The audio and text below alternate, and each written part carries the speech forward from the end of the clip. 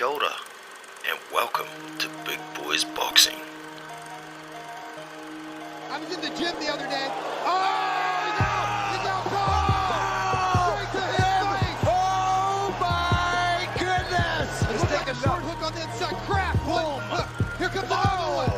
Here comes another one. 3 punches to the button on the inside, short compact hook, and that man is marbleized onto the mat.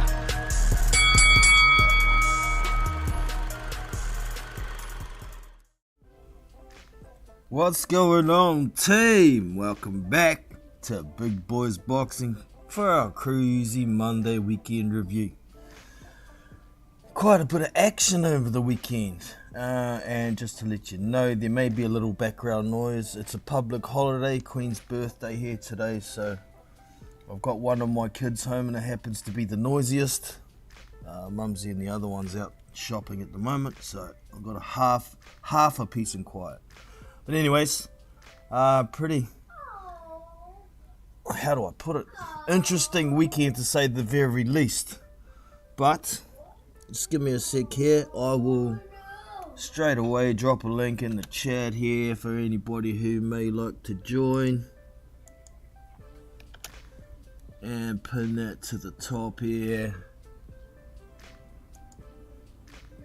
So it won't be missed for anybody else who jumps in. Steven, you in the house? What's going on, brother? I better go and jump into the Discord panel chat myself. Boom, there I am in. So the big news for the heavyweights over the weekend. Junior Farkas knocked the fuck out. First round sparko by Lucas Big Daddy Brown. At 43 years old, looking like Gash in his last few fights, he comes out and knocks out Junior Far, a former contender. I guess you could just about call him. I don't think he was quite contender level. But wow, isn't that wicked? Is Brown back? I don't think so. You know, I had an opinion about Junior Brown. I kind of kept it under wraps a little bit, but I've never hyped up Junior to be any kind of world title challenger myself. He's always fought quite defensive throughout his career. And I think now we know why. He doesn't take shots that well. You know, we'd seen him dropped in the pros by a single overhand right by Dominic Gwynn. It wasn't quite as bad a knockdown as he got done by Lucas Brown. But he got up and won that fight. It was a 10-rounder, and that was the only round he lost. He was certainly a lot more cautious after that. Did notice early on in the fight Junior's distance judgment and reactions didn't seem quite as good. Maybe it had something to do with being overweight. He was too heavy. Maybe it was something to do with a bit of ring rust. Having not fought since he fought Joseph Parker back over a year ago. So, yeah. And interestingly, it's come out in the news via Mark Cadell, the manager of Junior Far. They're going to try and appeal the knockout loss because of apparent shots behind the head. But we'll get into that very shortly. Stephen, how are you going, brother? How was that for a shock for you?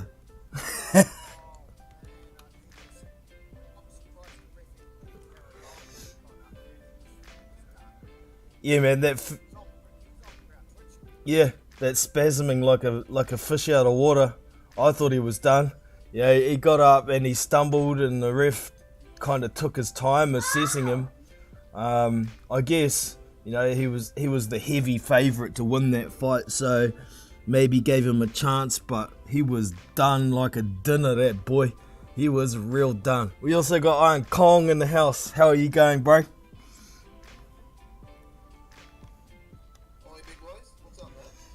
Yeah, not too bad. You seen the Junior Far knockout, obviously? When I saw the knockout, I was like, nah, big boys have to explain this.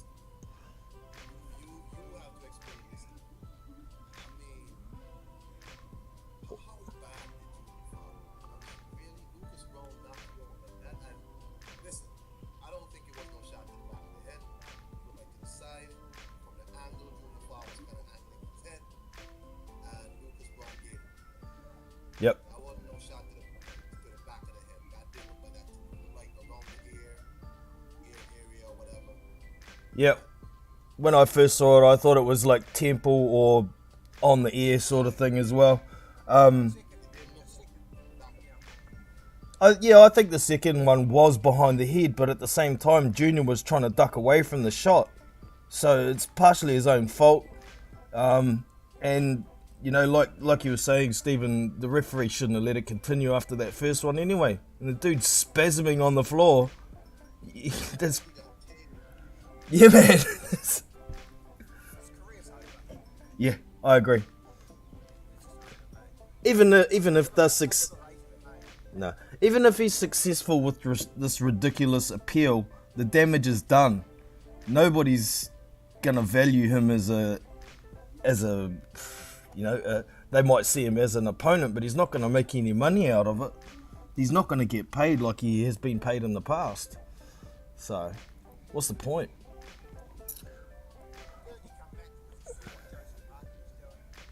Yeah. He said it exactly himself when he seen Joe getting all this money and hype when he was on his way up. And he thought, you know, I beat that guy twice in the amateurs. I need some of that money. But, you know, like I was saying at the start of the stream, he's fought so defensive throughout his career. And I think that's why he doesn't take a shot well, eh? So, Dominic Gwynn.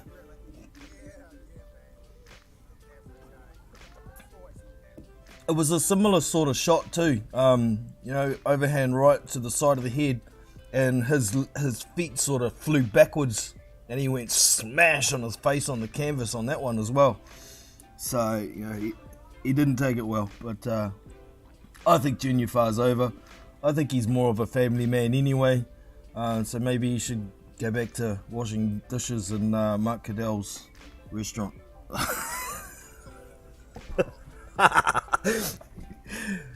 Nah. I'm just saying, Lucas Brown can crack. It's not like Lucas Brown is some feather fisted. He can crack. He's way past it, yes, in terms of skills and ability at this point, but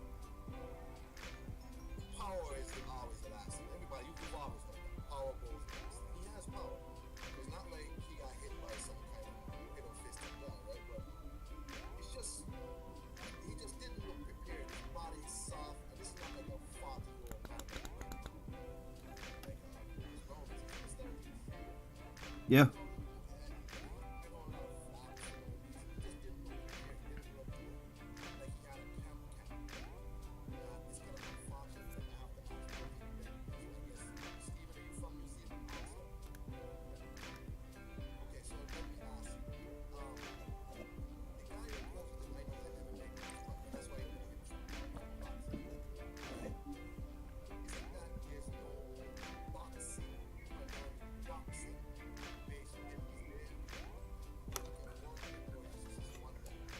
No, there is a couple of gyms. There's Isaac Peach has a gym out in West Auckland. He's got a couple of good guys. David Light is one of them that fights out of there. Andre Mikhailovich, a couple of good up and coming unbeaten fighters, but they're not heavyweights. I think they're both cruiserweight actually. And Shane Cameron has a bit of a gym as well. You may have heard of Shane Cameron. He fought David Tura in his last fight before he retired. But, you know, basically, if you want an elite coach from New Zealand, it's Kevin Barry, and he's not based in New Zealand. So, yeah.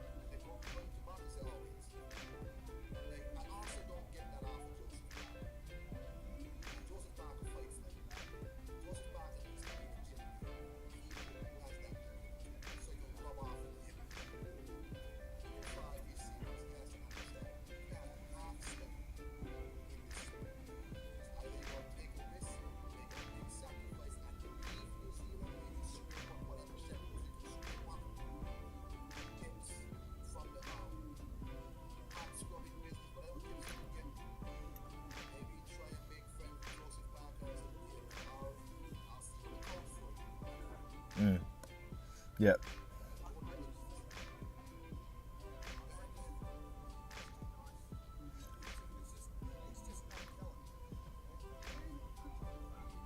Yeah, well, see, I get that same demeanor that you're talking about, Iron Kong. I think it's worse than Joseph Parker even at the same time, though. You know, it's like enhanced. He's in boxing to try and make some money for his family more than the passion for the sport, and that was emphasized by the fact that he got into boxing because he saw what Joseph Parker was doing, you know. And like you say, I think if he did want to get serious about it, he would have had to go overseas and get a real coach and do what you were talking about, Kong. But I know a bit about Junior Fa. He comes from Papakura, where I come from in New Zealand. He also has an autistic child like I do, so I have a bit of relative knowledge about what his family situation is like, you know. So he's very much a family man. Boxing second, as it should be, but you know, boxing priority I think is lower than it should be for most fighters for him. And you know, he's made some money, so good for him in that respect. But I think it's over for him.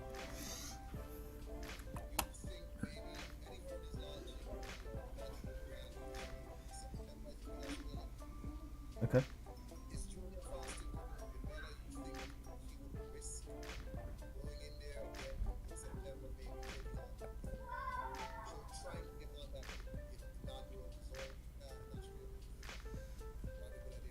Possibly, man.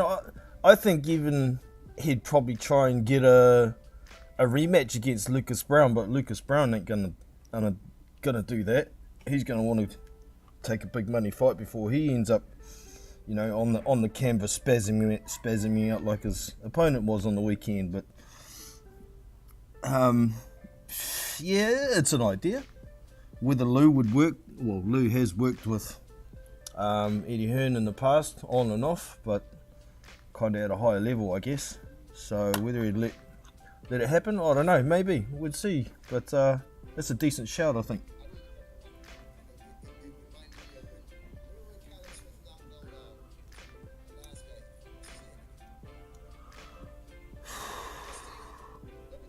Oh yes.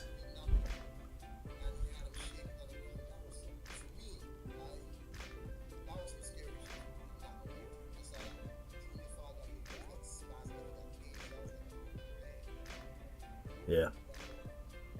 Yeah.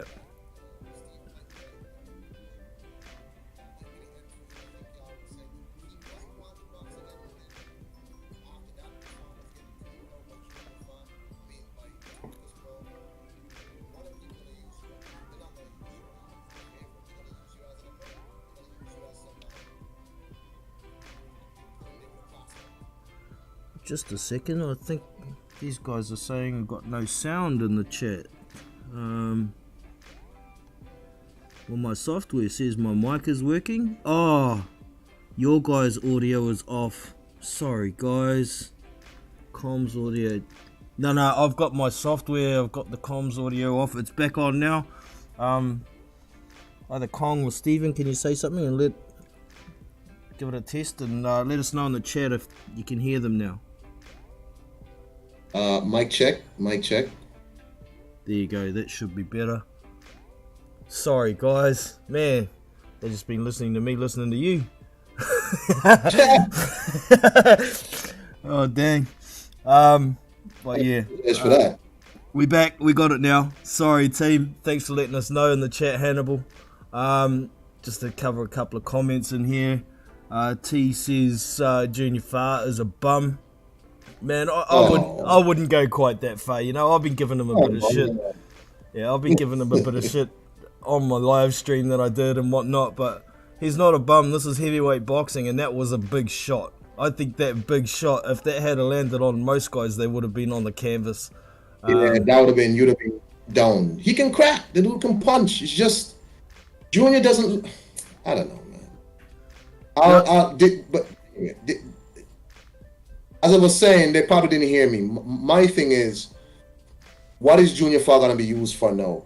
Is he going to be built again as somebody, or is he going to be used as an opponent, like a jobber in old time wrestling, where they bring you in to lose?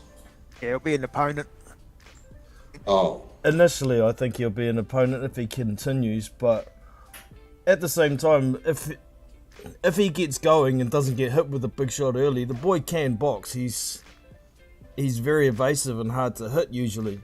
So, you know, there's a lot of guys that won't fight him because he's that kind of guy who can make you look bad. Look how bad he made Joseph Parker look.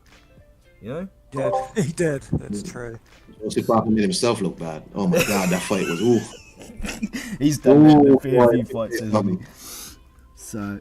Oh boy, that fight was, man.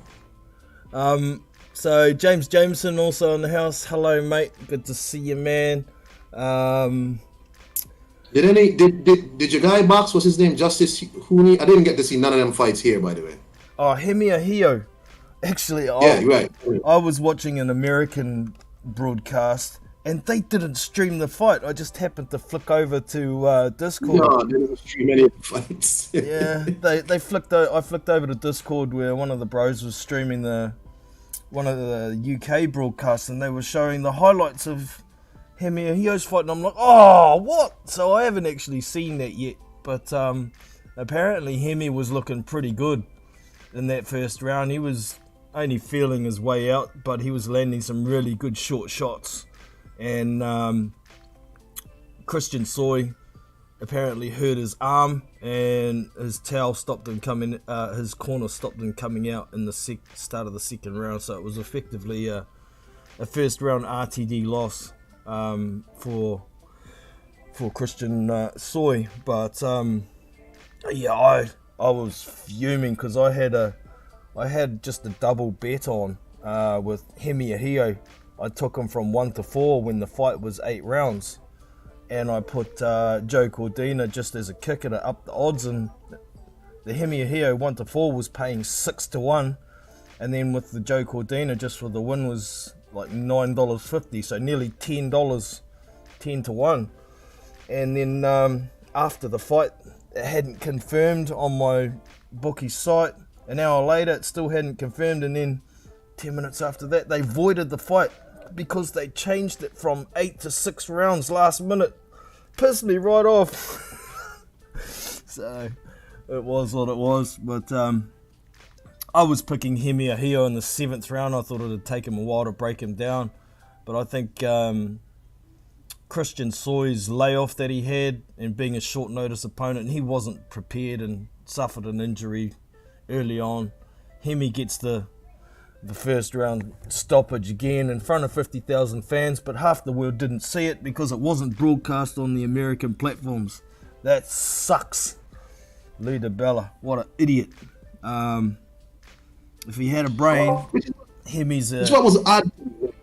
Yeah. Why would you have all these people fighting and the world? Isn't that the point, to have the world be able to see these people, to be able to see, like, all these guys would have benefited from at least some eyeballs in the UK and America and places like this, because nobody's seeing them. What's the point putting them on a card like this and nobody is seeing them around the world, right? I mean, at the very least, if you had done the deal with DAZN, they would have put the fights on at least the YouTube. I mean, but then from what I saw, it was like they were talking over the fight, like the fight was happening in the background. They weren't actually showing the fight. So this don't make no sense to me. What's the point? Yeah, and they threw the schedule all over the place too. You know, it was nothing like what it was listed on BoxRec. They had 8 rounders between 6 rounders and 4 rounders after the main event, and what the hell is that? You know, I lined up my stream for Hemi Ahio first because I thought that'd be before Junior Far fight. They started walking out, and I'm going, oh, this is Christian Soy coming out. He starts walking up the stairs.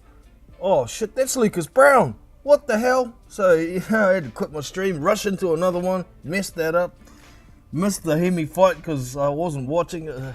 It was a stuff up, man, in my opinion. He's put on a lot of weight, Hemi, eh? He has. I saw him when he started training camp early on, and he would have been 265 pounds for a guy who's only 6 foot tall. That's That's way too heavy. He still didn't look as cut as he has been in the past. It might have been a problem if it had stayed at 8 rounds and it had gone that far, but I don't know, his opponent didn't look very good either, really. They both looked a bit fleshy and like they've been come off the couch or been training just for 2 weeks or something. So, you know, I don't know, maybe there'd be a bit more motivation for Hemi if he gets a better fight. Hopefully now that Junior Far's taken that loss, Lou DiBella will value Hemi Ahio a little bit more, because I think he's the top heavyweight in that stable. Unless I'm missing something.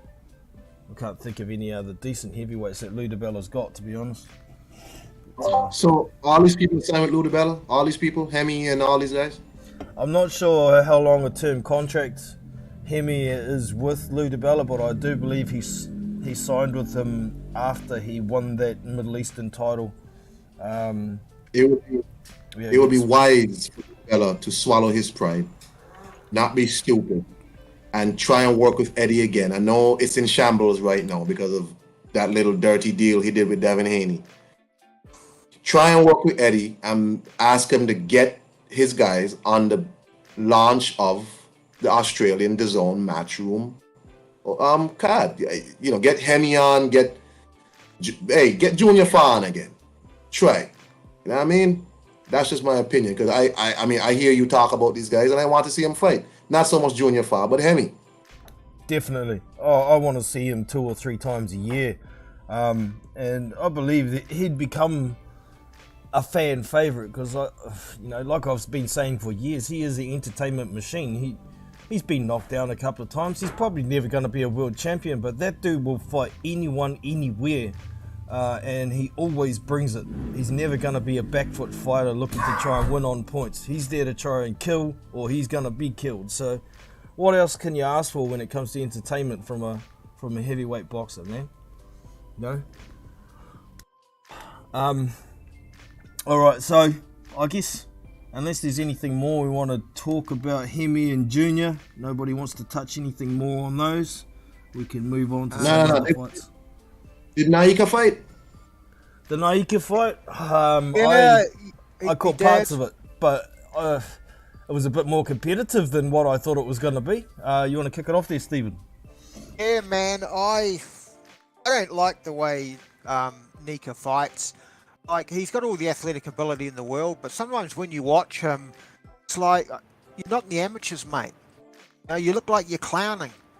You think you're Muhammad Ali or something. It's like, get your hands up, have a decent defense, and go to work on these guys. Get aggressive. He just, if you could see a replay of the fight, he looks like he's sort of clowning half the time.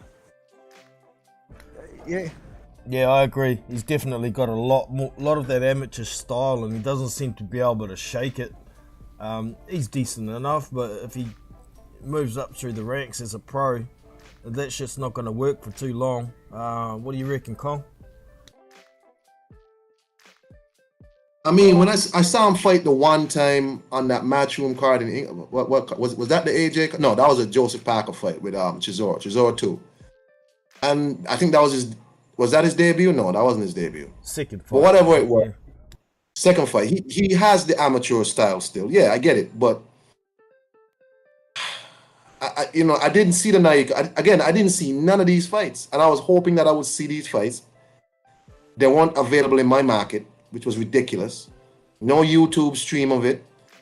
And I'm not sure why they made that decision, because for a card like this, you're supposed to want to give these guys as much exposure as possible. But if what Steven is saying, where he seems to, is it that he has the style like a Sky, what's her name? Sky Nicholson, what's her name? Where she has her hands down, kind of, and it's kind of like Josh Kelly, where he fights with his hands down. I hate that style, by the way. Yeah, he doesn't seem to sit on his punches a lot either. He seems to be more in volume, you know. So it's kind of weird, but it's definitely an amateur style. He's been an amateur for quite a while. I don't know whether he's going to be able to shake that style or not. Is it that he's clowning these people, or that's an actual style he's using That's how his he style, boxes, I or is he clowning? I think that's a style. It's just don't like it, eh? It certainly looks like he's clowning, but no, that is his style. So I don't know. He needs to improve on it. That's for sure. I think. Wouldn't mind seeing him take on someone like a David Light or something, some domestic challenge. But I think David Light might put his lights out. I think so. He could. He cracks David Light, eh? He's got some man. power. Was his opponent good? Was his opponent good, or was it like a jobber? It was supposed to be just an opponent. Yeah, it was meant to just an average guy, and he looked more competitive than what he was supposed to. Yeah. Oh man. Yeah. Just a second. I'm just trying to give somebody a wrench here. Oh, you don't know you can have a wrench. I don't hand these out easily. Don't abuse it, mate, because it will be gone real quick. But we'll see how you go, man. Anyways, moving on to another one. I guess we better hit the undisputed lightweight fight. Man, did Devin Haney put on a clinic. I gave George Kambosos 1 round. I think it was the second round I gave him. A couple of people that I know possibly gave him the 4th round, but I didn't think there was more than 2 rounds at most you could give Kambosos. Was it 2 judges scored at 116, 112? I'm like, whoa, who paid you off, man? Because that's dirty. One judge did 118, 110. Yeah, that was, that's 2 rounds. That's fair. That's 2 rounds. I looked at the second round and I was struggling with it because he did land a good punch on Haney. That's all he did the whole round. And so I was sort of toing and froing, should I give him that round? And then I think it was the 6th round I gave to him only just. But other than that, he just got wiped out, man. I mean, the jab, I was talking to a guy the day before the fight, and I said to him, if Haney's jab is effective and he can keep it at range and avoid it being a dogfight, he's going to win. And I didn't imagine that it would ever be that lopsided. I still thought Kambosos would have his moments and win some rounds here and there, and he just got absolutely pieced up by Devin. He fought really the perfect fight. His jab, his movement, his counter punching, and he just owned Kambosos. He really did, and it's unfortunate if they have to have a rematch because it'll just go the same way. Well, it is contracted, but what are your thoughts on that one, Kong? I think I agree with Steven. It was such a I watched the fight and I was just like, man, how did you think Devin Haney was going to fight, George? Did you think Devin Haney was going to come and fight you like that? When have you ever seen Devin Haney get into a fight like that? Ever. The man, he's a fighter that keeps that range, works his jab on you, gets his little combinations in where he can get, and he gets out. And it's like, George didn't have any answers for anything. He didn't appear to understand. Like, if he had watched any tape of Devin, you knew he was going to fight this fight. He was going to fight this fight. He doesn't get into fights with people.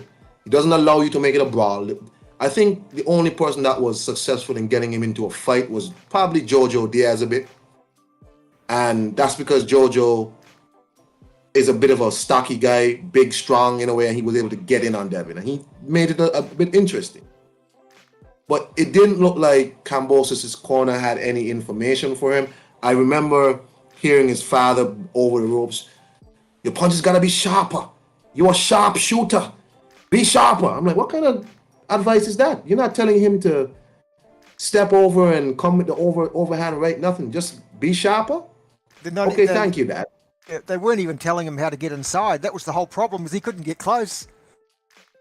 Yeah, he needed to use a jab to get in to a degree and maybe a few more left hooks. But to me, after about 3 rounds, it seemed like he'd given up on trying to win rounds on points. He was just trying to look for one big shot. But the problem is, he don't hit that hard.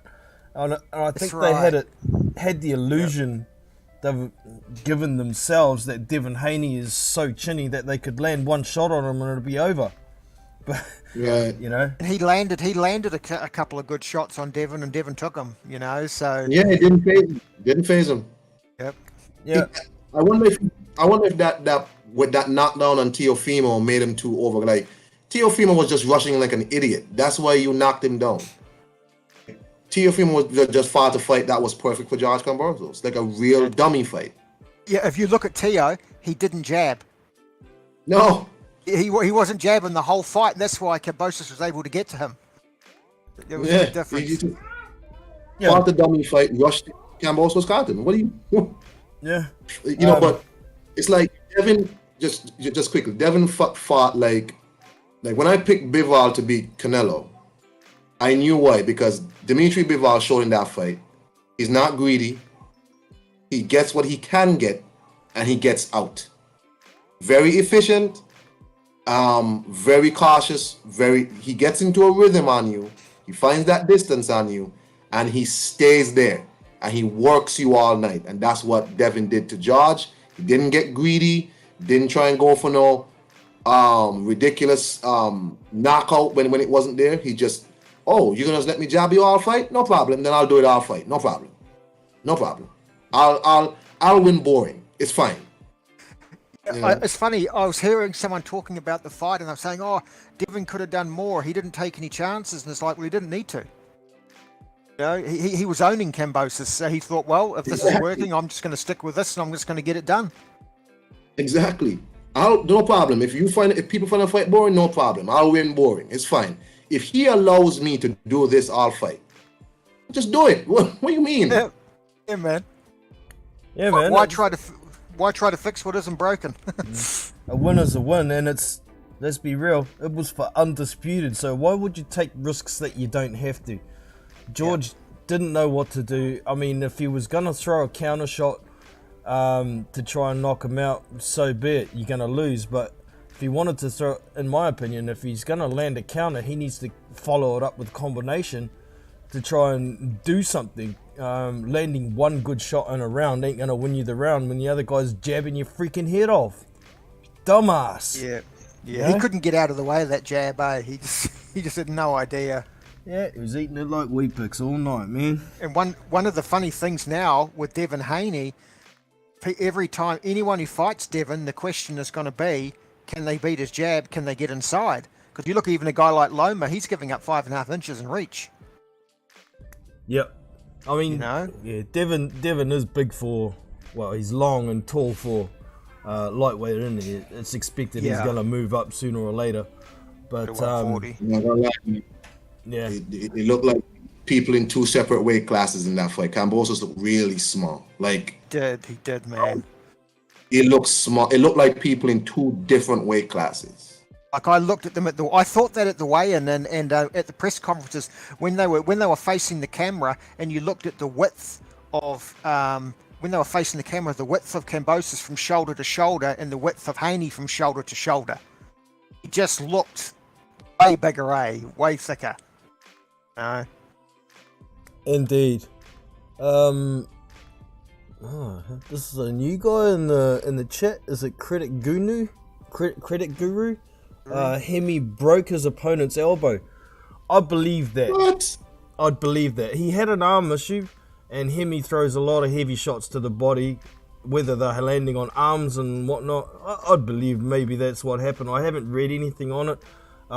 Is that confirmed information from somewhere, Credit Guru, or is that just what you reckon? Let us know. That's crazy.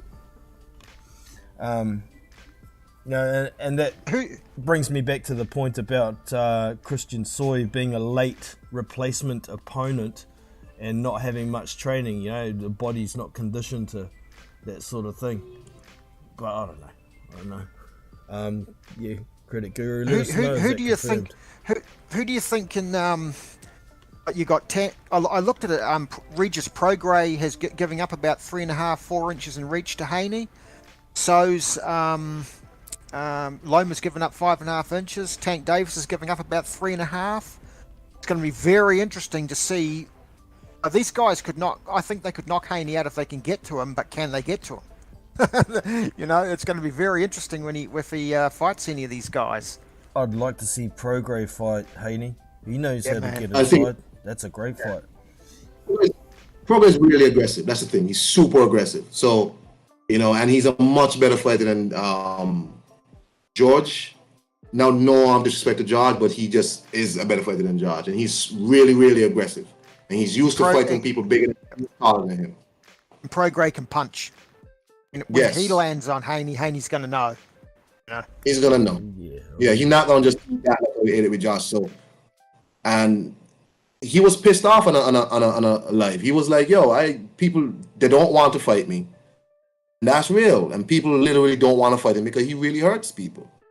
Yeah, You know, Josh Taylor don't want to fight him. Yeah, man. Go ahead, sorry. Yeah, I was looking at, I watched Prograis fight Josh Taylor. I thought, great fight. I thought, wow. And since then, it's like, where's Prograis? Hasn't been able to catch any breaks. Didn't he end up with Pro Bellum? Is that the I'm not problem? sure. Yeah. He's with Pro Bellum. And people thought that it would be easy just to make the Catterall fight with him, you know, him and Catterall. And that didn't happen. Pro Bellum is right now in limbo. Nobody knows what's up with these guys. Nobody knows, you know. I think he's in a problem because he's kind of in this mix with the WBA where the belt is vacant now. And instead of having like a tournament, the WBA put up some nonsense about, you know, the fighters need to state why they're the best person to be the mandatory for the belt. Just do a tournament. Sando Martin, O'Hara Davies, Regis Prograis, and whoever else. And do a tournament for the belt. He's with Pro Bellum, and Pro Bellum is in limbo. We don't know what's happening with them. I don't know why he signed with Pro Bellum. I don't know. I guess the money or whatever it was, the situation with MTK and them. But they got a lot of guys, which was shocking. And now he's over there, kind of in the desert right now. I don't know what he's gonna do. That's exactly what I was gonna say. Floundering like a fish in the desert. Just looking at the rank, Prograis ranked third, the WBC. Yeah. So. Yeah. So I guess we'll have a look at it. Have a talk about another fight. Jason Maloney got a knockout. Oh yeah. A spectacular knockout. I didn't expect that. I'd picked in the prediction league that we got on Discord. I'd initially picked a late stoppage, thinking he's going to get a possible soft stoppage in Australia, bit of home favoritism and all this sort of mumbo jumbo. And I've been talking with Hannibal about it, and I've seen everybody else pick the decision.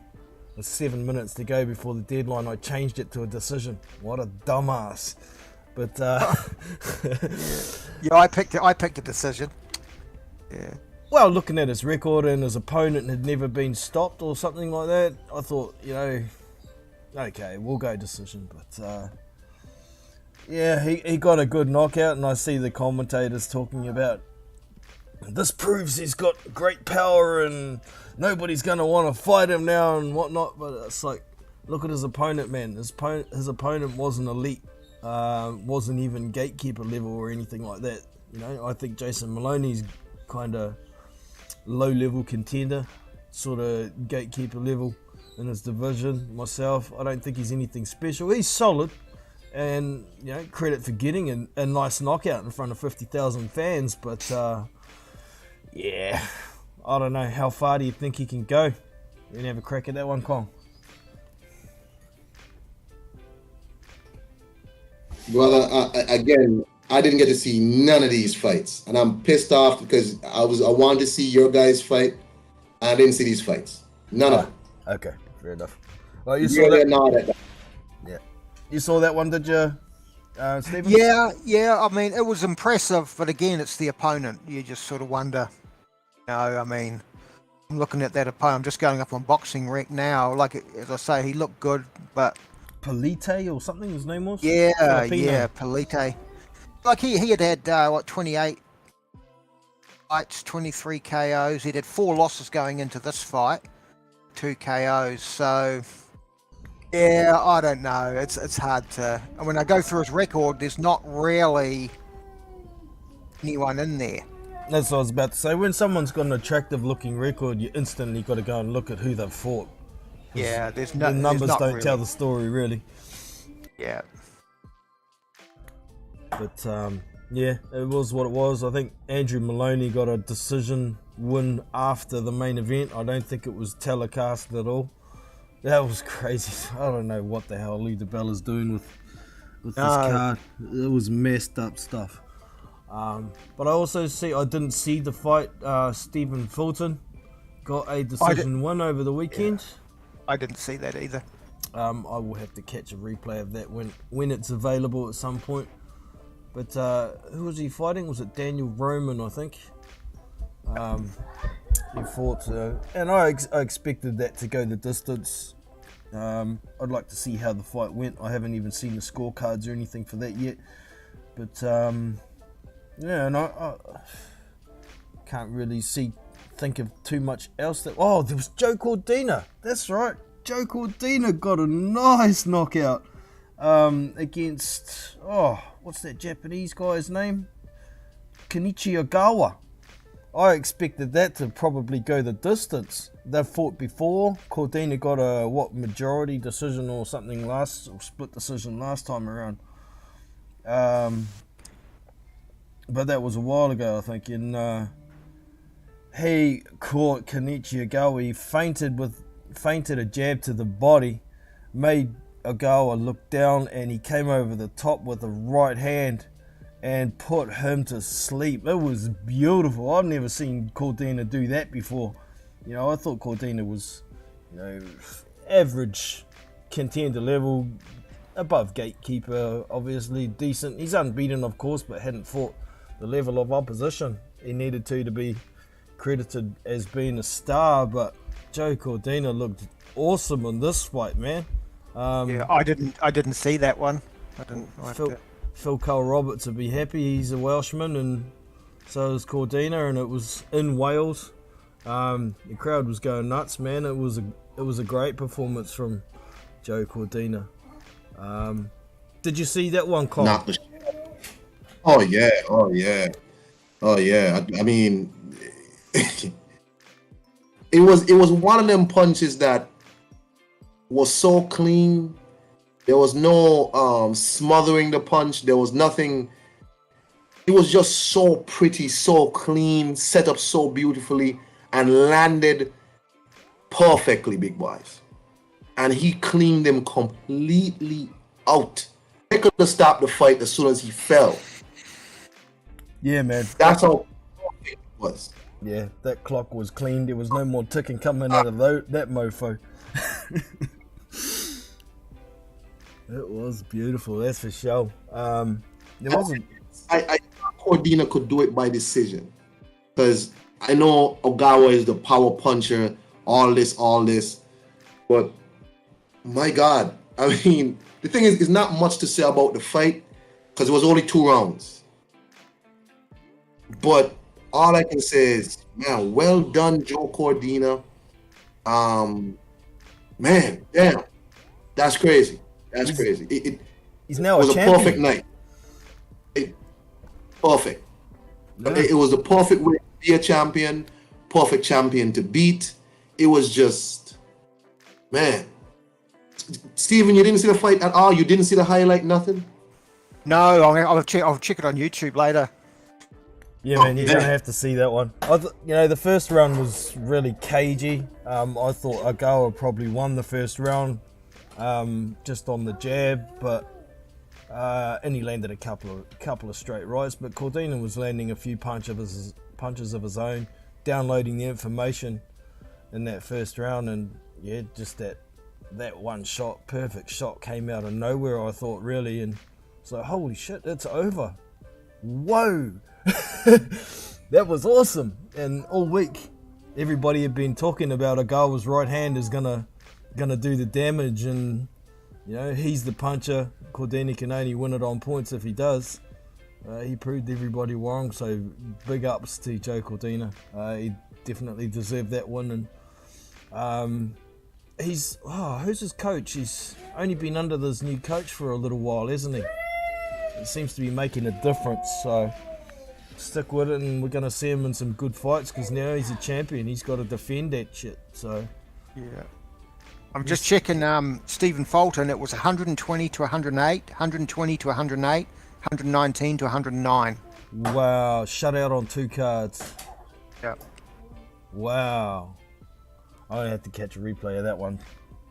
Might put me to sleep a bit by the sounds of it, but we'll see. He said he wants to go undisputed with Akhmadaliev, who's with Eddie. If I was him, I would tell Showtime, let me go to the zone and fight for the undisputed. Showtime don't have nothing for him to do over there. You know? So... Is he fighting on the zone, or is he... has to be Fulton? Yeah. Fulton. It's only on the zone, is it? Fulton is on Showtime. He fights on Showtime. And sorry, Akhmadaliev is on the zone. Well, so, I mean, I wonder if they could do a joint, you know, have the US broadcast on PBC and have the rest of the world or something on the zone. I don't know. Now the zone would want that on unless they take the fight out of America. The zone would want that fight. I'm quite sure. I mean, none of these guys really do no big numbers. Like, people don't really watch. Like in America, 122 and all that. They don't really watch that, right? Yeah. So if I'm Fulton, I'm telling, look, man, let me work something with Eddie. Let me go over here for one fight and make the fight. But then Eddie might say, you know what? I don't really have nothing much for Akhmadaliev neither. So go ahead to Showtime. It's fine, whatever. You know. But these days, you know, my life today was all about showing the difference between Devin Haney and a lot of these so-called bigger name fighters, where he was willing to take whatever bad deal, fight on a network that wasn't friendly to him just for legacy. These guys need to do the same and say, you know what? Them other 2 belts are at the zone. Let me go over here and get these belts. Yeah, man. You know, but if you're not getting nowhere and you go fighting for legacy, do what you got to do. The money's going to come after that anyway, isn't it? So I think that's a good move, good idea. Let Akhmadaliev go over there and fight. Get it done. See how you go. But I think Fulton will beat him, to be honest. I think so. Yeah. I think so. Akhmadaliev is not really big either. He's a bit of a smaller guy, right? So, you know, I think Fulton has the beating of him, but again, that's not a fight that's gonna be like massive. Like you see how Jamel Charlo's undisputed fight went under the radar, you know, which was ridiculous anyway. But that fight will go completely under the radar. People will not care about that fight. Yeah, that's the truth. If I see it scheduled, I'll go and watch it. But if there's something else on, I'll probably watch something better. You know. That's the kind of fight it is. Where it's cool if nothing else on. I'll watch. Yeah, Mr. Undisputed, whatever. But that's not a fight where you're gonna be like, man, I gotta watch this Fulton Akhmadaliev fight. You know, I'm gonna miss, you know, whatever for this fight. No. It's a nice fight, but it's not like a, you know, super big time fight, because none of these guys are really super big time. I mean, come on now, let's be real. But anyway, gents, Steven, big boys, I got to go. My son is looking at me weird, so. Good talking to you, man. Yeah, man. Hey, tell Junior Fi, you know, I need some Chinese or something. Whatever the restaurant serves. I need some Chinese. I like my sweet and sour chicken. And with mustache. Hate that mustache. Yeah. I appreciate you dropping in, bro. Thank you very much. Always a pleasure. Yeah, man. If y'all haven't already, make sure you go and check out Iron Kong. He's got his own channel. Just click on his avatar that's in the chat and it'll take you. You can go to his channel from there. But yeah, I haven't even looked at the schedule for next weekend.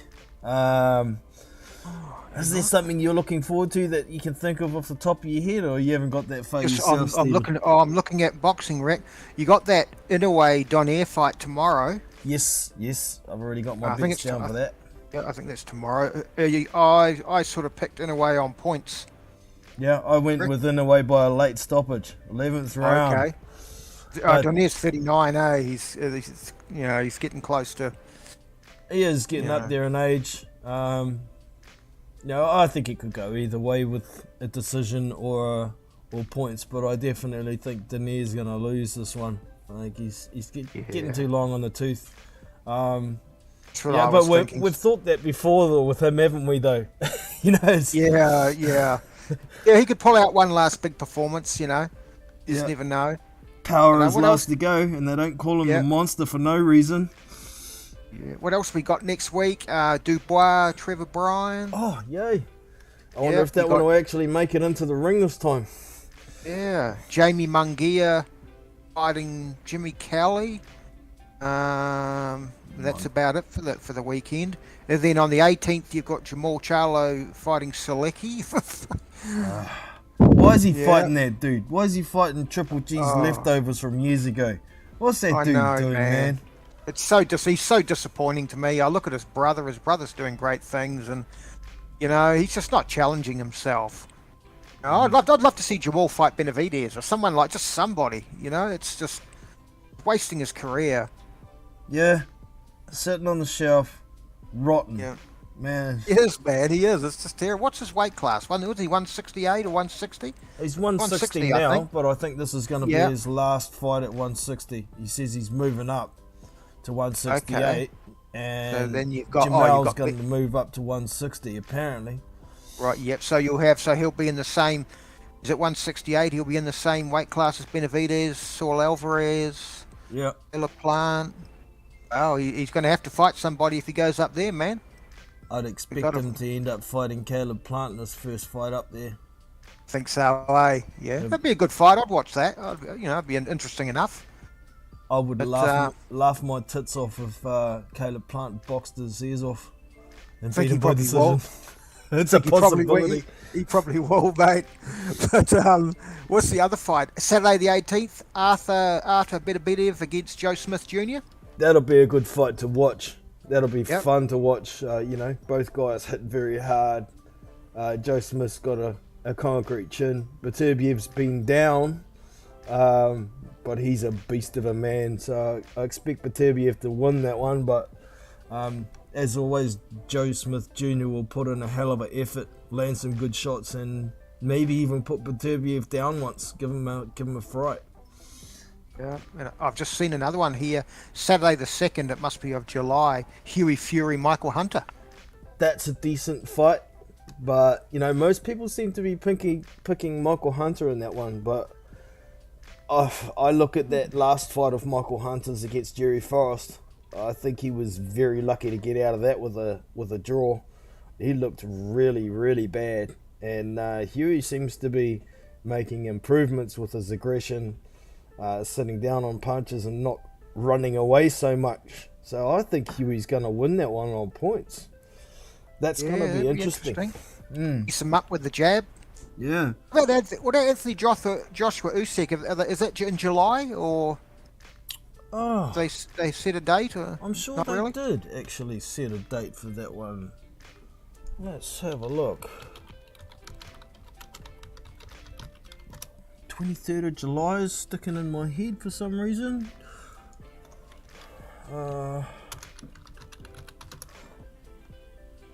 Anthony Joshua, BoxRec. Still nothing confirmed on BoxRec, but maybe it was penciled in for 23rd of July or something. Just off the top of my head. Maybe someone in the chat can refresh my memory, because I'm sure Phil Carl Roberts would probably know that one. I did see Sporting Icons dropped a video about it. I dropped a cheeky comment in there and wound up some fans. I see one of the actually Sporting said the site fee is going to be $120 million, and he proceeded to say Anthony Joshua is a star, you cannot deny it.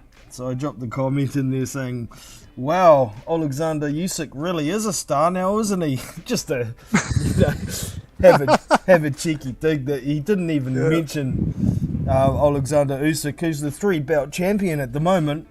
You know, I thought it was a little disrespectful, and then some other dude jumps on and says, if you believe that, then you don't know anything about boxing. You know, the classic line. And I was The usual. Oh, God, mate.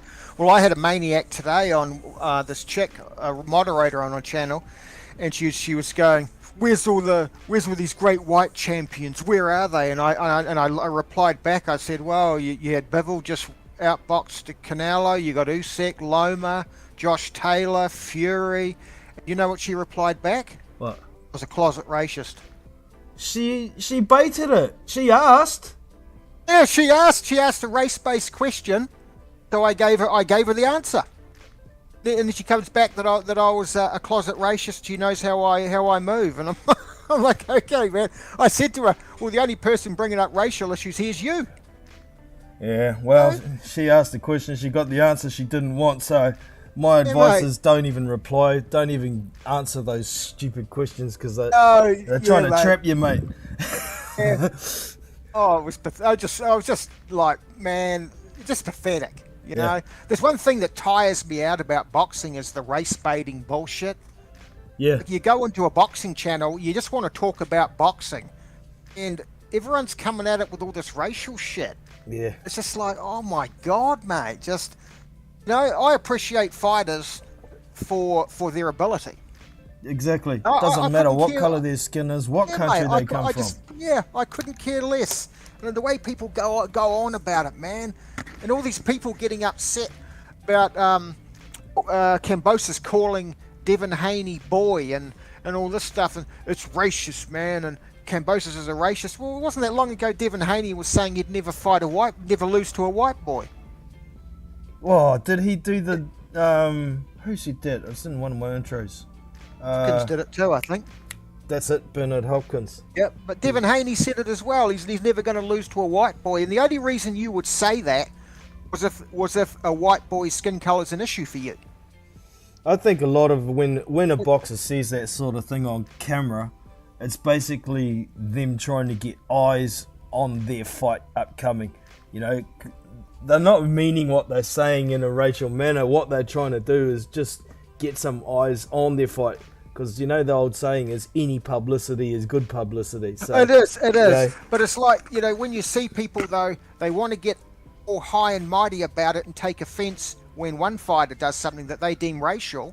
But then when another fighter says something that's deemed racial, they want to give it a pass. Yeah. You know what I mean? There's never the consistency.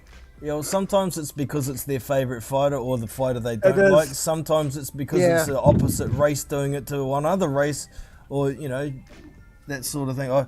But over the years I've learned, I've been on YouTube for, I don't know, since Avoid it. Just avoid it. Yeah. There's quite a few channels I used to get around, and I used to participate in the chats, and there'd be a lot of people who end up, you know, trying to attack me for the colour of my skin, or the where I come from. Where I come from must mean that I'm a Joseph Parker fanboy, or, you know, this sort of crap. Yeah. But I've only got a select few channels that I go to these days, maybe 10 channels all up. I don't bother with the rest of them because there's just too much crap in YouTube comments these days. It's not worth my time, man. Not worth the stress. So. No, that's like me. I used to go to a lot of channels, but I'm gradually it's just getting whittled down less and less to just a small handful of channels where I know I can just go and you're going to have a good boxing chat without all the bullshit. That's right. Better to go for the quality. Quantity doesn't mean nothing, man. It doesn't, man. It just doesn't, eh? Yeah. Yeah. See, Crawford, they Spence, and I'm not getting too excited, but they're talking October. Yeah, well, I see they did want to have it on the same weekend that Triple G and Canelo was on, and I saw someone from the PBC saying that Canelo v Triple G has to move off the September date because it's not as big a fight, and I'm like, are you crazy? I mean, it's not necessarily a fight that I wanted to see, the third fight between Canelo and Triple G. I thought, you know, Triple G's not looking as good in his older years and whatnot, but it's Canelo and it's Triple G. You put gonna those sell. together, they're going to be selling way over 1 million pay-per-views. It doesn't matter which way you look at it. Even with Spence and Crawford's best pay-per-view numbers put together, they can't even beat Canelo fighting Billy Joe Saunders, or who was that other guy he fought as a mandatory? It was a nobody. Begins with Y. Yeltsin. Yildirim? I can't remember. Belgium, that's it. Avni Yildirim. Even the pay-per-view numbers for Canelo against Avni Yildirim beats the numbers of Crawford and Spence, two best pay-per-views put together. It's crazy. I mean, Canelo Bivol, they were talking 600,000. I heard for Canelo and Bivol. That's good numbers. Really? I thought they would have even done more than that. But I heard 6. But he did 800. How many did he did about 800,000 for Plant, I think. Yeah. Just huge numbers. He blows he blows Crawford Spence numbers out of the water. That's a no-brainer. But October, hopefully it gets made, because it's definitely a fight we want to see. We've been wanting to see it for goddamn years. Oh, yeah, mate. It better get made for this year. Yeah. Like Crawford's 35 on September, I think, 28th. So it's got to happen this year. This is it. Yeah. They can fight. They can fight this year, and there's no excuses for the guy that loses. How old's Errol Spence? 32, I think. Okay. So, do you think maybe it's been a plan all along to try and wait Spence out until he gets a bit older? I think so. I think they played a lot of games. Like, I was arguing with a guy. I don't know why I bothered. But, you know, I made one comment that turned into an argument. He's saying, oh, Crawford took the easy road. He let Spence do all the work. He ducked Spence. All this. I said, mate, he had no option. Once, you know, Al Heyman was the one who was not letting it happen. They were not letting Crawford fight PBC fighters. They told Crawford, it come out of Spence's mouth, you're on the wrong side of the street. That was it. They made it plain. You're done. You're not fighting our guys. Tried to freeze him out. Yep. They froze him out, man. And with every day he got older and older. And then they did, what was the other thing? And then he said to me, he could have signed with PBC. And I said, yeah, but that's like extortion. Saying to him, you either sign with us or you're not getting the fights. You shouldn't have to sign with a promotional company that you don't want to sign with just so that you can get title fights. That's like extortion. Yeah, you know what I mean? It's a front as well for the plan that we were just talking about trying to get Terence Crawford to over 35 years old. Yep. And at the same time, even if Errol Spence did win against Terence Crawford when he's after 35 years old, can they still claim full credit? Because they waited him out to try and be an old man. So do you get credit for beating an old man? In the welterweight division, 35 years old is not a spring chicken, man. It's not. You're right on the edge of past your prime. Yeah. He's right on the edge of it, man. But I argued with this guy to and fro, and I said to him, it's like extortion. It was like Don King used to say, I'll give you a title shot, but then you've got to sign with me for your next 3 fights. Yep. And he's like giving a gun held to head. Why should Terence Crawford have to sign with a promotional company he doesn't want to sign with so he can get the title shots he wants? Yep. It's not how boxing should be run, man. It's not like Errol Spence would have got paid any less if Terence Crawford was with another promoter or not. So, you know, right. Is he got Al Heyman's nuts in his mouth that much that he has to wait him out until he's an old man to make the same amount of money just to make Al Heyman a little bit more dough? Yep, because PBC did not want to risk those belts against Crawford because they knew if we lose to Crawford, we got no belts at welterweight. Yeah, got to keep all the belts on Isolation Island. Yeah, mate. Yep, and wait till Crawford gets older, and then we'll move on him. Yeah. I hope it backfired. Like, I don't have anything against Errol Spence. I think he's a good fighter, and if he beats Crawford, he beats him. That's the way it is. Damn right.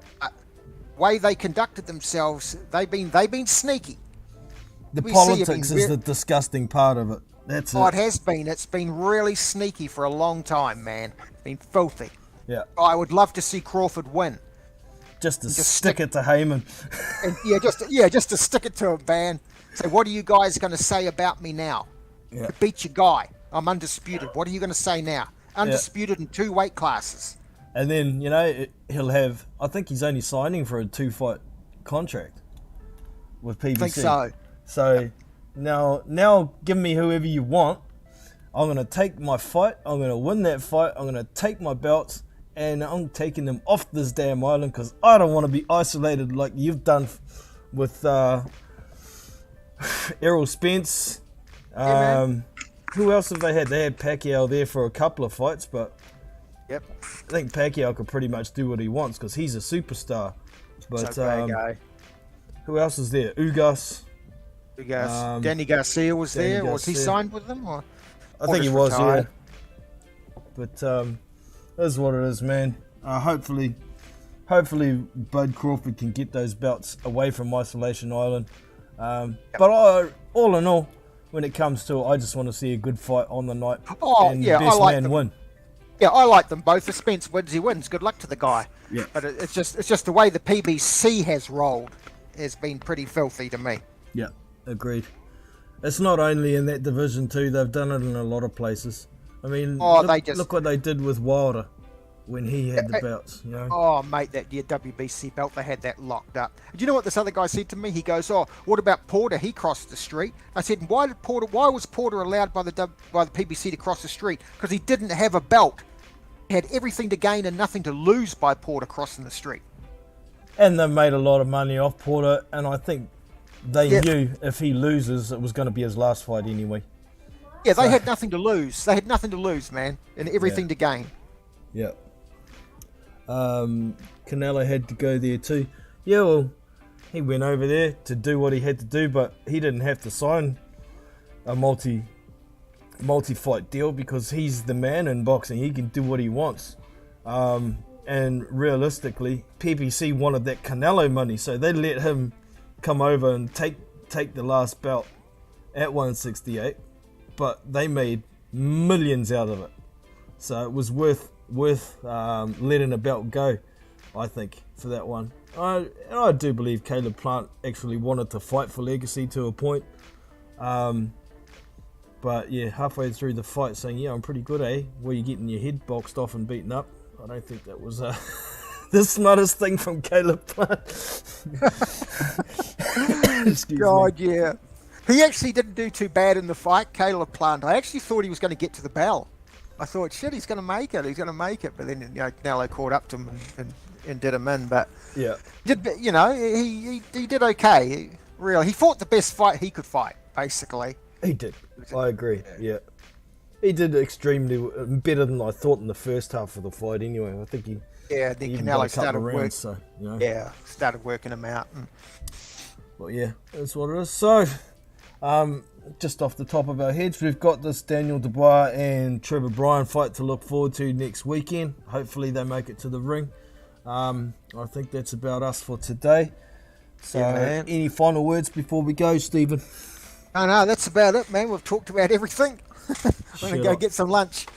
All good, bro. Thank you very much for dropping in. Always appreciated, man. All good, man. No worries, mate. All right, take it easy. Thanks, Jono. See you, man. See you, mate. All right, thanks to Phil Carl Roberts for dropping in. Always appreciated. Rodolfo Rivera popped in to say hello. Good to see you, man. Iron Kong, of course, dropped in for a chat for a while. And like I said, if you haven't already, get over and check out Iron Kong's channel. He's got a channel of his own. You only need to click on his icon in the chat there and it'll take you to it. Who else we got here? Credit Guru didn't confirm whether you had confirmed information on a broken elbow of Christian Soy from Hemi Ahio hitting him. Stephen, we had on the live. Hannibal B was in earlier. James Jameson, Nanu. It's good to see you again, bro. You don't know. You got yourself a wrench now, bro. Don't abuse it, remember. Who else we got? I think that's about it for the roll call for today. Yeah, man.